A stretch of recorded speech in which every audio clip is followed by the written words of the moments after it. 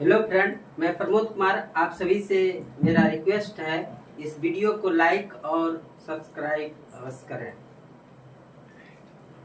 Subject है math. इसमें आज हम ट्राइगोनोमेट्री पढ़ाने जा रहे हैं।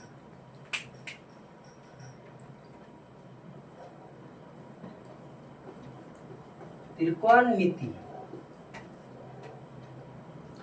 ट्राइगोनोमेट्री।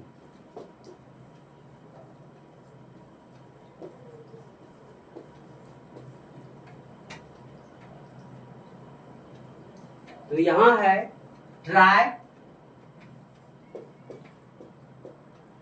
जोड़ गोनो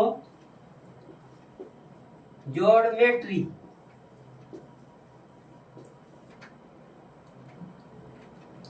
is equal to trigonometry.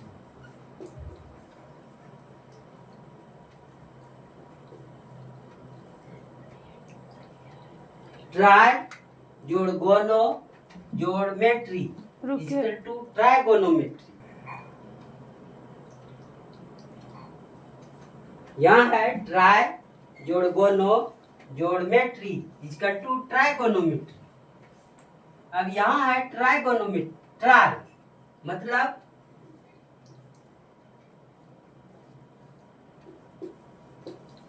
Mono, di, tri, tetra, penta, hexa, hepta, octa, nonane, decane. मतलब वन एटम अगर होगा, वन रहेगा तो मोनो बोलेंगे, और डाई रहेगा दो, ट्राई तीन, टेट्रा चार, पेंटा पांच, हेक्सा छह, हेप्टा सात, ओक्टा आठ, नौ और ये 10। तो यहाँ है ट्राई।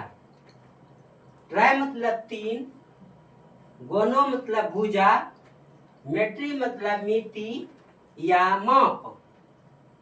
तो डिफिनेशन,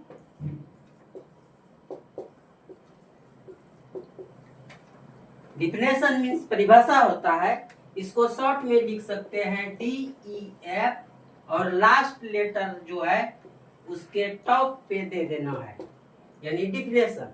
जैसे है सॉल्यूशन, इसको शॉर्ट में लिखने का तरीका है, लास्ट में N है तो 3 लेटर ले लिए, उसके टॉप पे दे दिए N।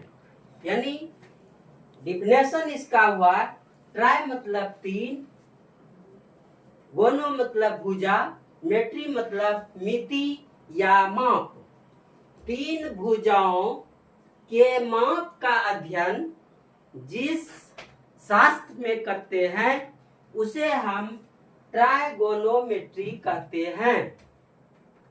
तो ट्राइगोनोमेट्री का डिफिनेशन क्या हुआ कि तीन मतलब ट्राई मतलब तीन, तीन गोनो मतलब भुजा, मेट्री मतलब मिति या माप, जिससे हम मापते हैं। जैसे लंबाई है उसको मीटर से मापते हैं। तो तीन भुजाओं के माप का अध्ययन हम जिस शास्त्र में करते हैं उसे हम ट्राइगोनोमेट्री कहते हैं। ओके, डिफिनेशन समझ में आ गया? क्या बोल रहे हैं कि तीन भुजाओं के माप का अध्ययन जिस शास्त्र में करते हैं उसे हम ट्राइगोनोमेट्री कहते हैं। तो आपको किसी कंपटीशन में डिफिनेशन नहीं आएगा, ओके, लेकिन याद रखना जरूरी है। अब आता है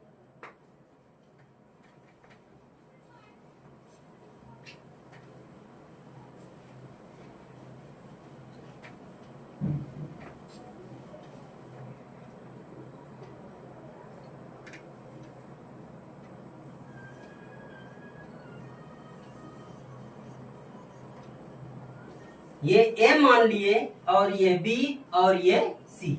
ये जो मेरा है ये राइट एंगल हुआ। राइट एंगल मतलब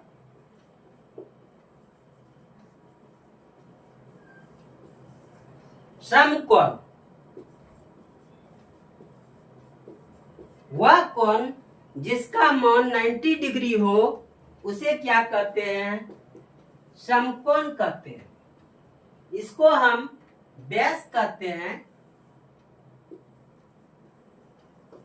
और इसको हम हाइपोटेनियस कहते हैं।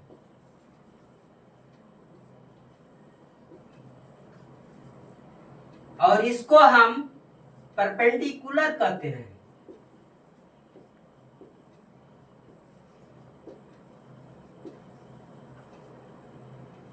मतलब आधार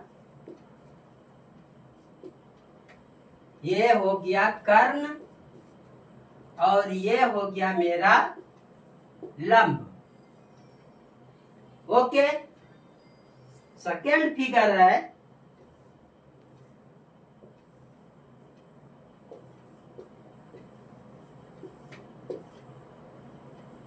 इसको हम H कहते हैं, इसको B और इसको हम P कहते हैं। ओके, तो पाइथागोरस थ्योरम है कि H square is equal to P square जोड़ B स्क्वायर।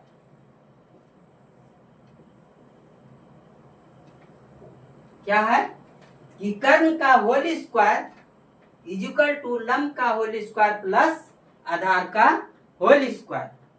मतलब ये दोनों के योग के बराबर जो है ये क्या होता है? कर्ण होता है। और याद रखेंगे कि कर्ण हमेशा बड़ा होता है। क्या होता है? कर्ण हमेशा बड़ा होता है।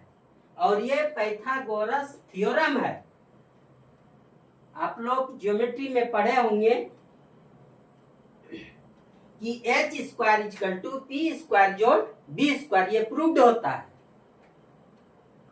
तो H स्क्वायर जोड़ P स्क्वायर बराबर H स्क्वायर बराबर P स्क्वायर जोड़ B स्क्वायर। इसलिए H बराबर जब स्क्वायर उड़ाते हैं तो दूसरे साइड में RHS साइड में अंडर रूट आ जाता है, यानी P स्क्वायर जोड़ B स्क्वायर। ये मेरा फंडामेंटल फार्मूला है, इसी को हम याद रखेंगे। अब हम बोल रहे हैं कि P निकालना है तो B को इस साइड भेज देंगे, यानी H square minus B square equal to P square. Okay, यानी P square equal to H square minus B square हुआ। इसलिए P equal to under root square हर साइड में दे रहे हैं तो H square minus B square होगा। सिमिलरली अगर B निकालते हैं, क्या करते हैं हम? B निकालते हैं तो B बराबर क्या होगा? इसको B स्क्वायर बराबर होगा, इसको इस साइड लेते आएंगे। मतलब H square minus P square is equal to B square. इसलिए B बराबर under root H square minus P square. तो फार्मूला हमको फंडामेंटल फार्मूला ये याद रखना है, इससे हम ये बना लेंगे। क्योंकि ट्राइगोनोमेट्री में ढेर सारा फार्मूला है, इसलिए इसको टेक्निक से याद रखेंगे तब याद रहेगा, अन्यथा ज्यादा मिस्टेक होगा।